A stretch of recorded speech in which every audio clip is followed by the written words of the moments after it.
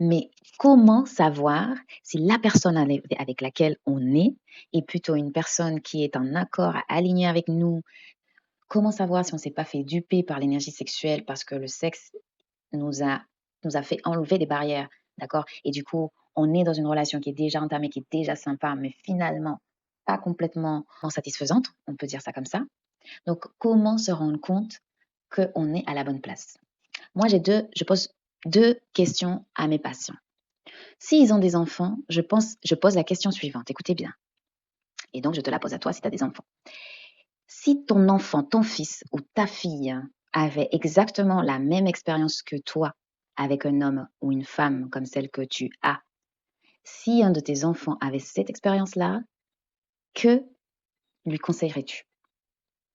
Que dirais-tu à ton fils ou à ta fille qui vivent avec une personne exactement comme la personne avec laquelle toi, tu as une relation?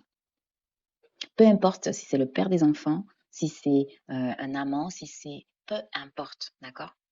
La configuration n'est pas importante. Ce qui est important, c'est l'émotion et ce que tu vis actuellement en termes de qualité relationnelle, qualité affective, qualité sexuelle, d'accord? Donc, si tu as des enfants, essaye de te dire que par magie, si ça se trouve, il y a une sorte de loi karmique qui fait que ce que tu es en train de vivre en termes de relation va se reproduire chez eux, d'accord? Si on réfléchit dans ces termes-là, je pense que parfois on aurait dit non, c'est vrai que waouh, je suis dans un bordel, pas très sain, d'accord? Ou au contraire, on peut se dire ouais, si ma fille a une relation comme ça, c'est pas mal. Je serais fière d'elle, je l'encouragerais.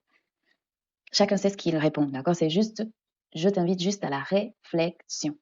Si tu n'as pas d'enfant et que tu souhaites savoir comment réfléchir à ta relation, est-ce que cette personne-là, elle est faite pour ça? Est-ce que cette relation mérite vraiment mon attention, mon énergie féminine et mon énergie sexuelle de créatrice de ma réalité? Je te demande de te dire, donc d'abord, je te demande d'abord de te projeter dans la meilleure version de toi, d'accord? La femme ou l'homme qui a tous ses rêves de réussite, d'accord? Le rêve, rêver, il faut rêver grand, il faut toujours rêver grand. Il faut aller au fond, il faut viser les autres galaxies pour voir si on va vers les étoiles, etc., etc. Donc, il faut aller vers une projection de soi toujours positive et toujours meilleure, d'accord? Donc, quand on réfléchit à notre version de nous qui est au top du top, est-ce que cette personne-là, elle a sa place?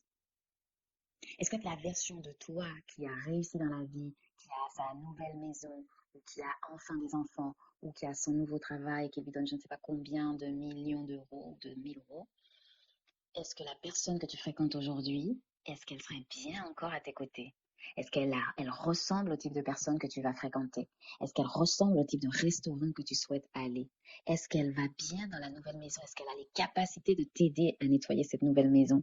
C'est tout bête en fait comme question. Ça me fait rigoler parce que quand je me pose cette question-là pour l'ensemble de mes relations passées, je me rends compte que, en fait, j'étais pas du tout avec des personnes qui reflétaient ce que j'aimerais incarner. Non seulement en termes d'empathie envers les autres, de création, voilà, la vision que j'ai de moi, pouvant enfin abandonner tous mes peurs et enfin, toutes les belles choses qui me passent par la tête quand j'ai rien à faire. Mais finalement, il y a aucune ou pratiquement aucune personne qui a été si bonne, si respectueuse et autant dans l'empathie pour correspondre aux rêves que j'ai de moi. D'accord? Parfois, ça ressemblait puisque mon cerveau embellissait certaines relations. Rendez-vous compte que l'acte sexuel va vous faire la plupart du temps oublier vos limites et en plus, il va vous faire embellir des personnes euh, beaucoup plus de ce qu'elles sont. D'accord? Pour moi, toutes les personnes sont magnifiques, mais vous allez embellir, sublimer des relations alors que concrètement, il y a peu de matière, il y a peu de partage, d'accord? Parfois, on est amoureux d'un fantasme, on voit le potentiel, on se dit, waouh, la, la plupart des personnes que j'ai rencontrées avaient un potentiel incroyable. Et d'ailleurs, c'était le reflet de qui je suis, en fait. Je suis quelqu'un de gentil, mais la plupart des hommes que j'ai fréquentés étaient très gentils, d'accord? Étaient, voilà, avec beaucoup de générosité, d'ouverture d'esprit, des personnes avec qui je pouvais discuter énormément, etc., etc. Mais finalement, il y avait des points qui ne correspondaient pas. Quand je fais le point avec ceux qui m'ont donné en termes d'inconfort, et bien en fait, il n'y en avait pratiquement aucun qui pouvait faire partie de la vie de thérapeute que je souhaite développer, avoir, ou de toutes mes projections, en fait. D'accord? Et c'est maintenant que je me pose ce genre de questions et que je me projette comme une version de moi super sympa, que je vois apparaître des personnes qui ressemblent à cette version-là. Et que du coup, le cercle de personnes qui s'approchent de moi, parce que je suis même pas en train de chercher, mais le cercle de personnes qui s'intéressent à ma vie, qui veulent savoir qui je suis, ou qui me posent des questions, ou qui veulent entamer une relation, ce sont des personnes qui peuvent beaucoup plus correspondre au type de personnes que je souhaite fréquenter lorsque je serai la version de moi super sympa. D'accord? Tout ça, c'est une manière symbolique de te faire comprendre qu'il est hyper important de prendre conscience de toutes ces informations avant de commencer une relation et la commencer à partir de cette prise de conscience.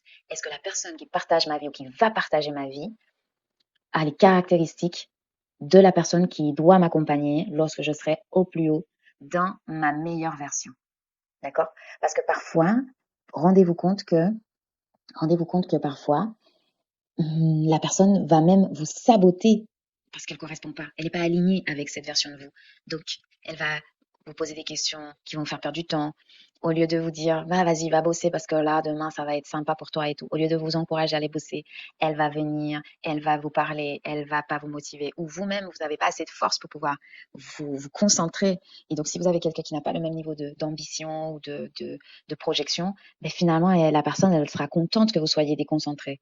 D'accord? Elle sera contente si vous vous posez des questions, si vous êtes dans le doute, dans la peur. Il n'y a qu'une personne qui a réussi qui va pouvoir comprendre la peur que vous avez de réussir. D'accord? Donc, l'intérêt quelque part, c'est d'avoir un lien affectif qui vous élève, pas qui vous écrase ou qui vous fatigue. À bientôt!